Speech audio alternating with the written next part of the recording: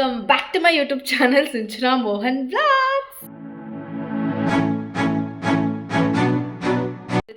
Blog ಅಂದರೆ ಇವಾಗ ನಾನು ಒಂದು ಮಾಡೆಲ್ ಆಗಿ ಹೋಗ್ತಾ ಇದ್ದೀನಿ ಶೂಟ್ಗೆ, ಅಂದರೆ ಮೇಕ್ ಓವರ್ ಶೂಟ್ಗೆ. ಏನು ಕಾನ್ಸೆಪ್ಟ್ ಮೇಕಪ್ ಏನು ಪ್ರತಿಯೊಂದು ಗೊತ್ತಿಲ್ಲ, ಬಟ್ ಒಂದು ಧಾರೆ ಲುಕ್ ಮಾಡಬೇಕು ಅಂತ ಹೇಳಿದ್ದಾರೆ. ಸೊ ಆ ರಿಲೇಟೆಡ್ ಸ್ಯಾರಿ ತೊಗೊಂಡೋಗ್ತಿದ್ದೀನಿ. ಇದು ನನ್ನ ತಮ್ಮಂದು ಉಪನಯನ ಸ್ಯಾರಿ. ಅವಾಗಿಂದ ಉಟ್ಕೊಂಡೇ ಇರಲಿಲ್ಲ. ಒಂದು ಸತಿ ಹುಟ್ಟಿದ್ದು ನಾನು ಮತ್ತೆ ಸೀರೆ ಉಡಲ್ಲ. ಡ್ರೆಸ್ ಆದರೆ ಅದೇ ಹಾಕೋತೀನಿ, ಬಟ್ ಸ್ಯಾರಿ ನಾನು ಹಾಕ್ಕೊಳ್ಳಲ್ಲ. ಬಟ್ ಇದೇನು ಫೋಟೋ ಇಲ್ವಲ್ಲ, ಫೋಟೋ ಇದೆ, ತುಂಬ ಇದೆ. ಬಟ್ ಇವಾಗ ಒಂದು ಸತಿ ಪುನಃ ಹಾಕ್ಕೊಳ್ಳೋಣ ಅಂದ್ಬಿಟ್ಟು ಹಾಕ್ಕೊತಾ ಇದ್ದೀನಿ. ಆ್ಯಂಡ್ ಇವಾಗಷ್ಟೇ ಊಟ ಮಾಡಿದೆ. 2:15ಗೆಲ್ಲ ಅಲ್ಲಿ ಇರಬೇಕಿತ್ತು. ಇವಾಗ 2 o'clock ಆಗಿದೆ. ಇನ್ನು 15 minutes ಟೈಮ್ ಇದೆ. ಸೊ ಅಷ್ಟರೊಳಗೆ ಒಂದು ಸತಿ ನೀಟಾಗಿ ಫೇಸ್ ಎಲ್ಲ ವಾಶ್ ಮಾಡಿಕೊಂಡು ಬ್ಯಾಗೆಲ್ಲ ರೆಡಿ ಮಾಡಿಕೊಂಡು ಹೊರಡಬೇಕು. ಈ ವ್ಲಾಗ್ ನೋಡೋಕ್ಕಿಂತ ಮುಂಚೆ please like, share, comment and subscribe to my YouTube channel. ಬಟ್ಟೆ ಹಾಕ್ಕೊಂಡ್ಬಿಟ್ಟಿದ್ದೀನಿ, ಬಟ್ ಹುಡುಗಿ ಲುಕ್ಕಲ್ಲಿ ರೆಡಿ ಆಗಕ್ಕೆ ಹೋಗ್ತಾ ಇದ್ದೀನಿ. ಅಮ್ಮ ಬೈತಾ ಇದ್ರು ಇವತ್ತು. ಸ್ಟಿಲ್ ಚೆನ್ನಾಗಿರುತ್ತೆ ಹುಡುಗರ ಥರ ಬಟ್ಟೆ ಹಾಕ್ಕೊಳ್ಳೋದು. ಸೊ ಇವಾಗ ಹೋಗ್ತಾ ಇದ್ದೀನಿ. ಒಂದು ಅಕ್ಕ ಇದ್ದಾರೆ, ಅವ್ರನ್ನ ಪಿಕ್ ಮಾಡಿಕೊಂಡು ಹೋಗಬೇಕು. ಚಾರ್ಜರ್ ಎಲ್ಲ ತೊಗೊಂಡಿದ್ದೀನಿ. ಚಾರ್ಜರ್ ಬೇಕಲ್ಲ ಫೋನಲ್ಲಿ ವೀಡಿಯೋ ಮಾಡೋಕ್ಕೆ. ಜೀವನ ಹೇ ಫೋನಲ್ಲಿ ಜೀವನ, ಕಾಸು ಎಲ್ಲ. ಇವಾಗ ಹೋಗೋಣ. ಹೋಗ್ಬಿಟ್ಟು ಅವ್ರನ್ನ ಪಿಕ್ ಮಾಡ್ಕೊಂಡು ಆದಮೇಲೆ ಸಿಗ್ತೀನಿ. ಆಮೇಲೆ ಈ ಚಾರ್ಜರ್ ಹಾಕೋತಾ ಇದೆ. ಹಾಯ್, ನಾನೇನೋ ರೆಡಿ ಆಗಿಲ್ಲ.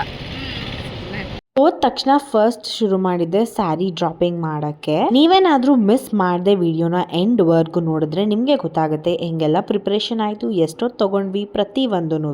ಆಲ್ಸೋ ನನ್ನ ತುಂಬಾ ಬ್ಯೂಟಿಫುಲ್ ಆಗಿ ರೆಡಿ ಮಾಡಿದ್ರು. ಅದಕ್ಕೆ ನಿಮಗೂ ಯೂಸ್ ಆಗಲಿ ಅಂತ ಇವರ ಕಾಂಟ್ಯಾಕ್ಟ್ ಡೀಟೇಲ್ಸ್ನ ನಾನು ನನ್ನ ಇನ್ಸ್ಟಾಗ್ರಾಮ್ ಹಾಗೆ ಯೂಟ್ಯೂಬ್ ಡಿಸ್ಕ್ರಿಪ್ಷನಲ್ಲಿ ಮೆನ್ಷನ್ ಮಾಡಿರ್ತೀನಿ. ಮಿಸ್ ಮಾಡದೆ ನಿಮ್ಗೇನಾದರೂ ಮೇಕ್ ಓವರ್ ಕ್ಲಾಸಸ್ ಕಲಿಬೇಕು ಅಂತ ಇಂಟ್ರೆಸ್ಟ್ ಇದ್ದರೆ DM ಮಾಡಿ.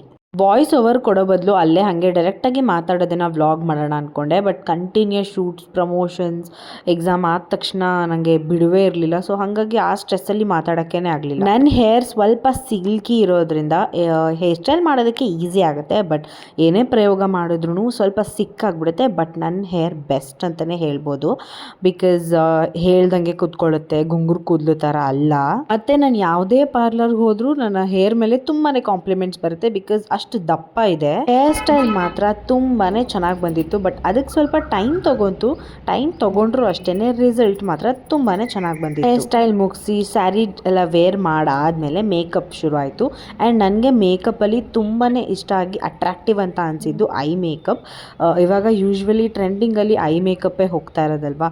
ಸೊ ಐ ಮೇಕಪ್ ಮಾತ್ರ ತುಂಬಾನೇ ಚೆನ್ನಾಗಿ ಬಂದಿತ್ತು ಇವ್ರದ್ದು.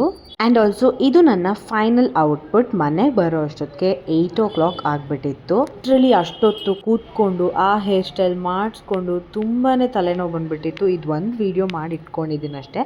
ಬಟ್ ರಿಸಲ್ಟ್ ಮಾತ್ರ ತುಂಬಾ ಚೆನ್ನಾಗಿತ್ತು. ನನಗೆ ತುಂಬ ಖುಷಿ ಆಯಿತು.